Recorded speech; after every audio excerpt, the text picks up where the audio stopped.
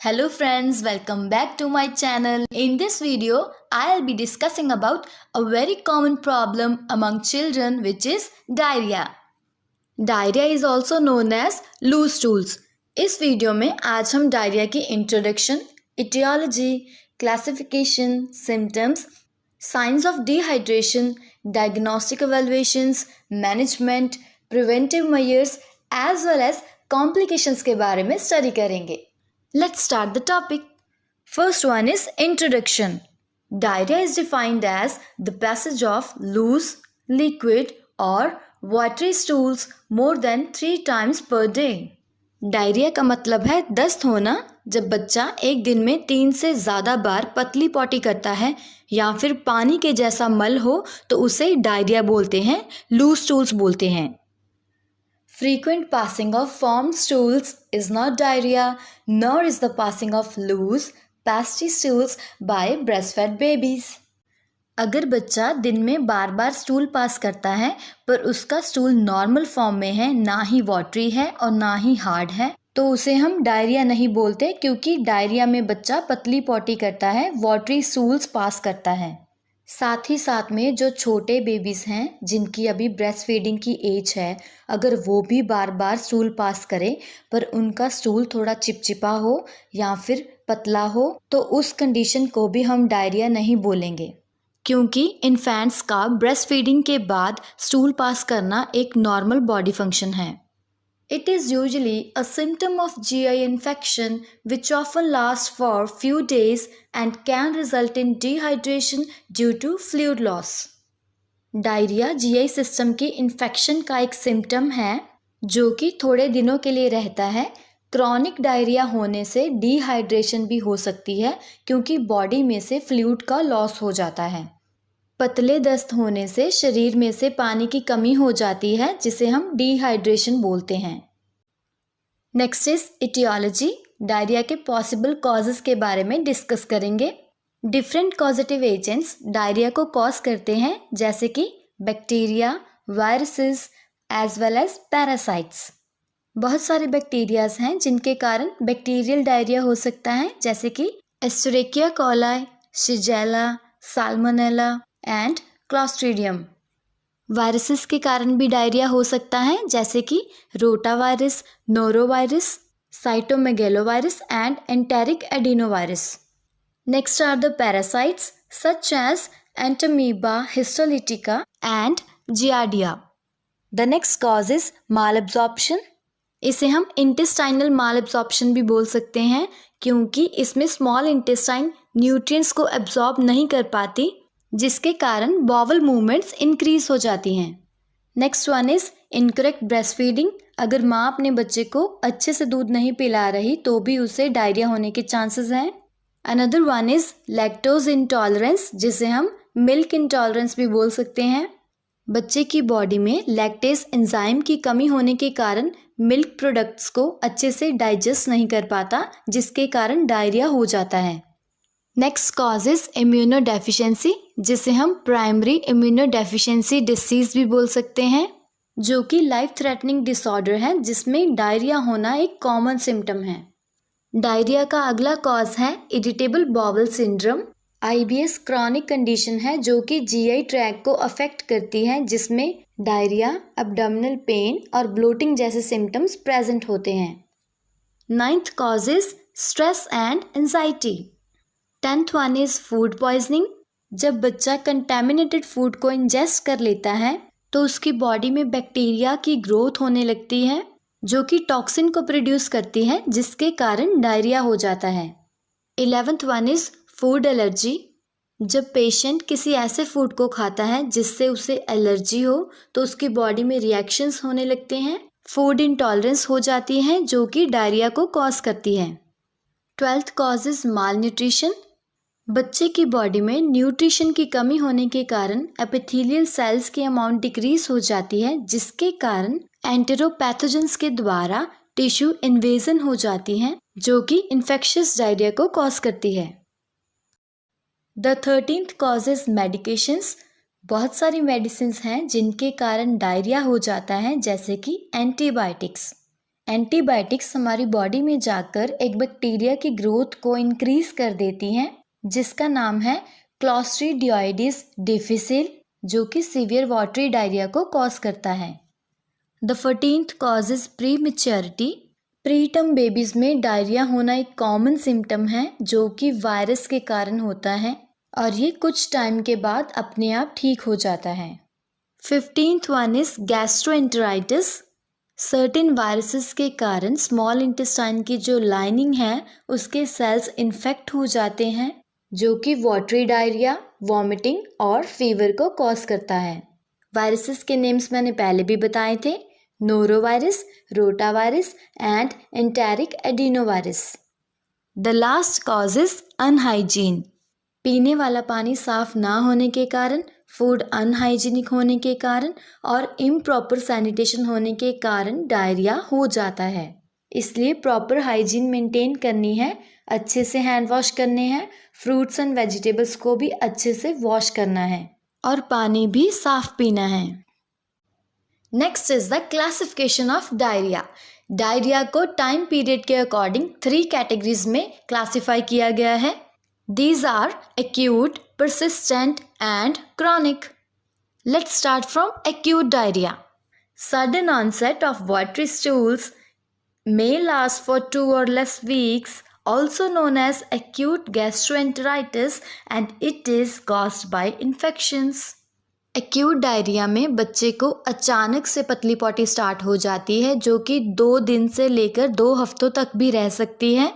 इसे acute gastroenteritis भी बोला जाता है, मतलब स्टमक फ्लू भी बोल सकते हैं, जो कि इंटेस्टाइन की इन्फेक्शन होती है और ये कंटेमिनेटेड फूड और वाटर के थ्रू बॉडी में एंटर होती है और गैस्ट्रो इंटेस्टाइनल सिस्टम की इन्फेक्शन का कॉमन सिम्टम होता है diarrhoea. The second type is persistent diarrhoea. Episodes of acute diarrhoea, it lasts for 2 to 4 weeks, also indicates a problem such as irritable bowel syndrome, inflammatory bowel disease और celiac disease।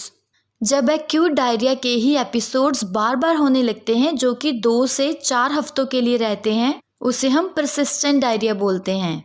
Persistent diarrhoea होने से body में GI system के भी disorders होने के chances हैं।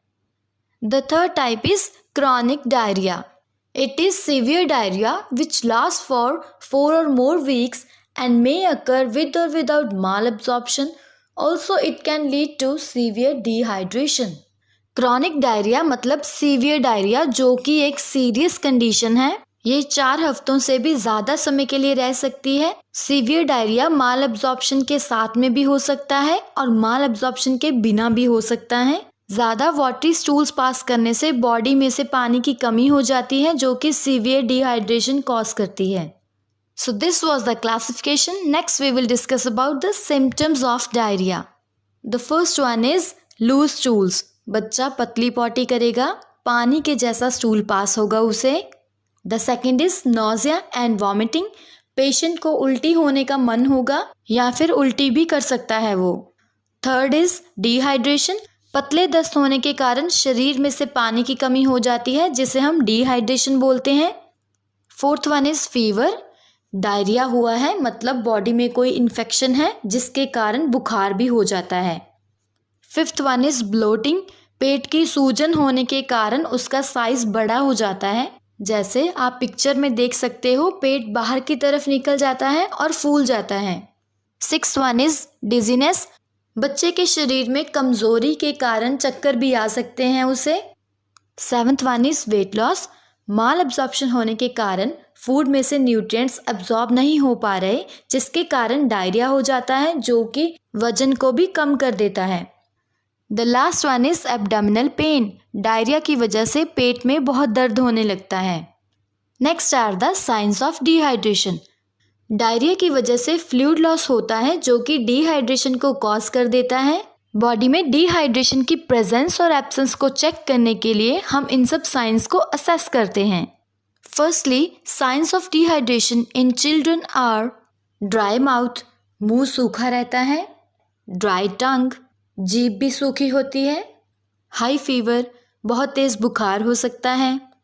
Tachypnoea, patient सांस बहुत तेज लेगा।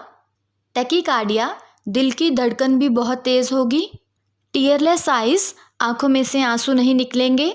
संकन आइज़, आँखें अंदर को डूबी हुई दिखेंगी। ओलिगुरिया, नॉर्मल से कम मात्रा में यूरिन पास होगा। इरिटेबिलिटी, मतलब बच्चे में चिड़चिड़ापन होगा। Next are the signs of dehydration in adults. Excessive thirst, patient को बहुत प्यास लगेगी। ड्राई स्किन, चमड़ी भी खुश्क होगी। डिजीनेस, चक्कर भी आ सकते हैं। फैटीग, पेशेंट बहुत थकान महसूस करेगा। हेडेक, सिर दर्द हो सकता है। मसल वीकनेस, मांसपेशियों में कमज़ोरी होगी। डार्कर यूरिन, यूरिन का कलर बहुत डार्क होगा, गहरे रंग में होगा। लिटिल यूरिनेटिंग, नॉर्मल से बहुत कम अमाउंट में यूरिन पास होगा। फेंटिंग, पेशेंट बेहोश भी हो सकता है। टायर्डनेस, पेशेंट थका हुआ महसूस करेगा। अगर बॉडी में ये सब साइंस प्रेजेंट हैं तो पेशेंट को डायरिया के साथ साथ डिहाइड्रेशन भी हुई है। Next are the diagnostic evaluations. कौन कौन से डायग्नोस्टिक टेस्ट करवाने चाहिए डायरिया में वो देखेंगे। History taking, physical examination, blood examination, stool examination, hydrogen breath test, upper endoscopy, immunoassays, ELISA and assessment of dehydration. The next part is management of diarrhea. Diarrhoea को manage करने के लिए rehydration therapy देनी है, symptomatic management करनी है, as well as dietary management करनी है। रिहाइड्रेशन थेरेपी में ORS देते हैं जिसे हम ओरल रिहाइड्रेशन सोल्यूशन बोलते हैं। एक्यूट डायरिया और परसिस्टेंट डायरिया के केसेस में ORS थेरेपी बहुत अच्छे से वर्क करती है, पर जिनमें क्रॉनिक डायरिया होता है, फ्लूइड लॉस की वजह से सीवियर डिहाइड्रेशन हो चुकी है, उन्हें इंट्रावेनस फ्लूइड्स देने पड़ते हैं। Oral rehydration therapy means drinking of solution of clean water, sugar and mineral salts to replace water and salt loss from the body during diarrhoea.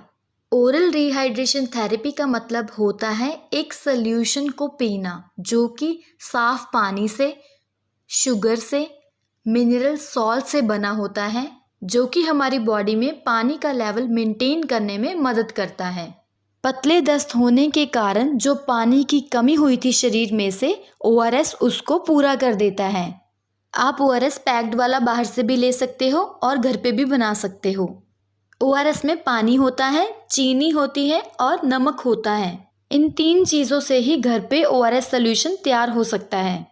ORS contains sodium chloride 2.6 grams, trisodium citrate 2.9 grams, potassium chloride 1.5 grams and glucose 13.5 grams. इन सबको 1 litre साफ पानी में घोलना है और जब बच्चा potty करता है उसे थोड़ा थोड़ा पिला देना है। ORS का एक पैकेट 1 लीटर पानी में जो आपने बनाया है उसे आप 24 घंटों के लिए इस्तेमाल कर सकते हो। 24 घंटों के बाद फिर से नया पैकेट बनाना है। अगर आपने ORS घर पे बनाना है तो 1 लीटर साफ पानी लेना है, या फिर आप जो घर पे पानी इस्तेमाल करते हैं उसी को गर्म कर लेना है, उबाल लेना है और फिर ठंडा कर लेना है। फिर उसी पानी में आधा छोटा चम्मच नमक का डालना है और 6 छोटे चम्मच चीनी के डालने हैं और फिर उसे अच्छे से घोलना है। फिर उसे आपने बच्चे को बार बार पिलाते रहना है। Next is symptomatic management. Symptoms के अकॉर्डिंग मेडिसिन देनी है। एंटी डायरियल्स देनी है जो कि स्टूल पास करने की फ्रीक्वेंसी को कम कर देती हैं। एंटीपायरेटिक्स दे सकते हो जो कि बुखार को कम करती हैं। एंटीमेटिक्स दे सकते हो जो कि उल्टी को ट्रीट करने में मदद करती है। Next is dietary management. Diet modification करने से भी डायरिया ठीक हो सकता है। Drink plenty of fluids. Patient ने साफ पानी पीना है, जूस पीना है, घर पे ताज़े फलों का रस निकालना है, बाहर से नहीं लेके आना, और नारियल का पानी भी पी सकते हैं। Eat small frequent meals. Patient को बार बार थोड़ा थोड़ा खाने के लिए देना है, एक साथ बहुत सारी चीज़ें नहीं खिलानी। Eat high potassium as well as low fibre diet. जिन चीज़ों में पोटेशियम की मात्रा ज़्यादा हो और फाइबर की मात्रा कम हो, ऐसी चीज़ें आप पेशेंट को दे सकते हो, जैसे कि केले, आलू और पालक। फ्रूट्स, जूसेस, दलिया, खिचड़ी, rice and potato are beneficial. बच्चे को फल खिला सकते हो, जूस दे सकते हो, दलिया भी देना है, खिचड़ी भी देनी है, चावल भी खा सकता है और आलू भी खा सकता है। ये सारी चीज़ें बहुत फ़ायदेमंद होती हैं। Limit fried, spicy, fatty and sugary foods.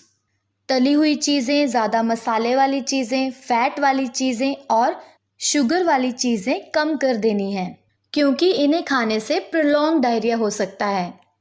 अभी हमने डिस्कस कर ली management. Next we will discuss about the preventive measures.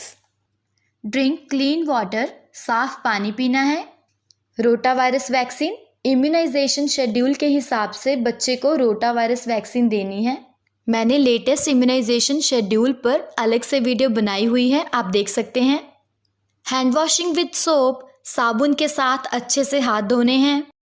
Avoid spicy, fatty and sugary foods, ज़्यादा मसाले वाली चीज़ें, फैट वाली चीज़ें और मीठी चीज़ें आपने कम कर देनी है। Breast feeding for first 6 months of life, माँ ने अपने बच्चे को पहले 6 महीने के लिए अपना दूध ही पिलाना है, उसके अलावा कुछ नहीं देना। मेंटेन फूड हाइजीन, आपने फल सब्जियों को पहले अच्छे से धोना है, फिर पकाकर खाना है। ईट वेल बैलेंस्ड डाइट, आपने बैलेंस डाइट लेनी है जिसमें सारे न्यूट्रिएंट्स होते हैं, जैसे कि carbohydrates, proteins, vitamins, minerals as well as fats. Last is to improve sanitation. अभी हमने डायरिया को प्रिवेंट करने के लिए कुछ टिप्स डिस्कस की थी। नेक्स्ट हम पढ़ेंगे complications of diarrhoea. Dehydration, electrolyte imbalance, hypovolaemic shock, paralytic ileus, gastrointestinal perforation, renal failure, convulsions and malnutrition. So this was the end of the video. I hope you all find it useful. Please do like, share and subscribe my channel. Thank you.